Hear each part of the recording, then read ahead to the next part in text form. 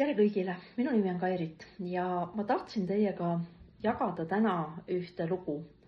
See on päris inimese päris lugu. Vaatan siia ekraanile ja loen. Ja lugu on siis esimene tagasiside X39 plaastri kohta. Mees on plaastrit kandnud 3 päeva. 3 päeva. Ja tulemused on silmaga näha. Kui ta pankerase vähi keemiaravi tagajärjel tekkis jõuetus, kätevärin ja koordinatsioonihäired koos kõnetakistusega, siis eilseks on need kadunud. Peaaegu. Räägib normaalselt, käed ei värise, saab kahvliga taldrikult toitu kätte ja praegu niidab õues muru. Tema vanus on 70 aastat. Panin esimese X39 kaelale ja nüüd 2 kõhule naba juurde.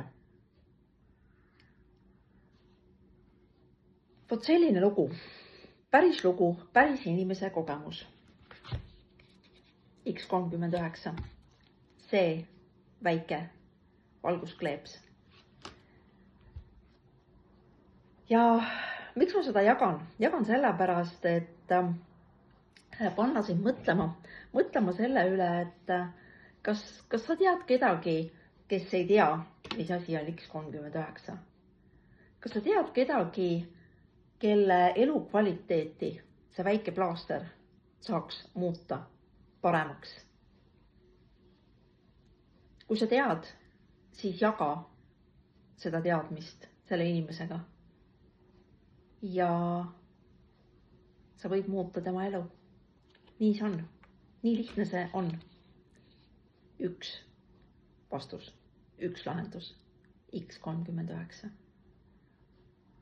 Aitäh teile!